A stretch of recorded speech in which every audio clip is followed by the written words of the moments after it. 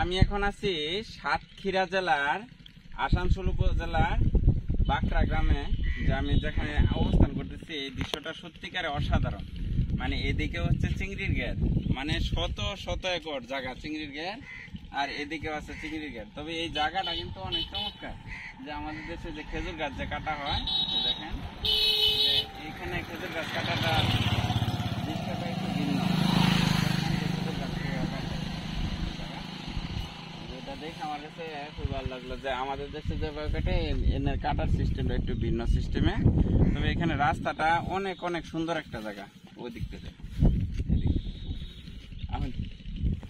এইগুলা হচ্ছে শিশু, এইগুলা জানি কি গাছ, এগুলা বলা যাইতেছে না, শিশু গাছের মতন। তো এই রাস্তাটুকু সত্যিকার অসাধারণ লাগে।